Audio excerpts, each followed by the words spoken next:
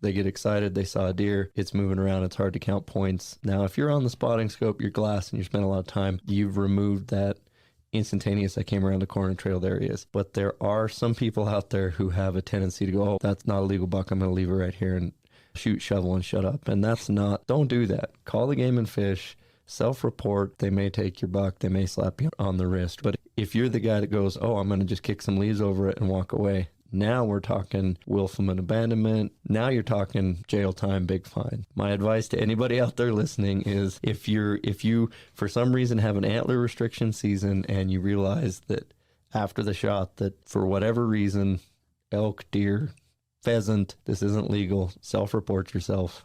And it's going to be a lot better to tell the truth up front. I think it's a philosophy that we need to look at across hunting and fishing of what are the management goals, right? So you have lakes that winter kill.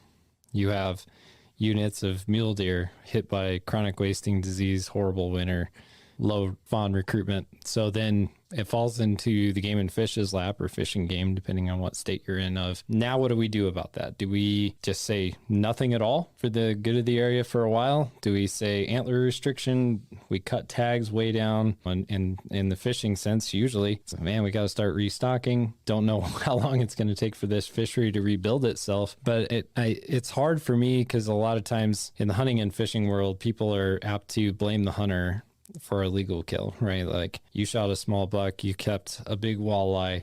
You shouldn't have done those things, right? Because we have in our mind what we think they ought to do. We project onto them what they should be doing because I think this, right? So I would say to everybody that's listening, if you're one of those folks, and I am at times, and I will happily admit it, but I've gotten to the point now where I have to self-reflect and say, why do I feel that way? Am I feeling that way? Like, for instance, if somebody takes home a 10-pound walleye, am I feeling upset because I'm mad because I wanted to catch it when it was 12 or 15 pounds? Or am I mad because it actually hurt the fishery? Why am I upset? I think that's a good reflection point for a lot of hunters as well.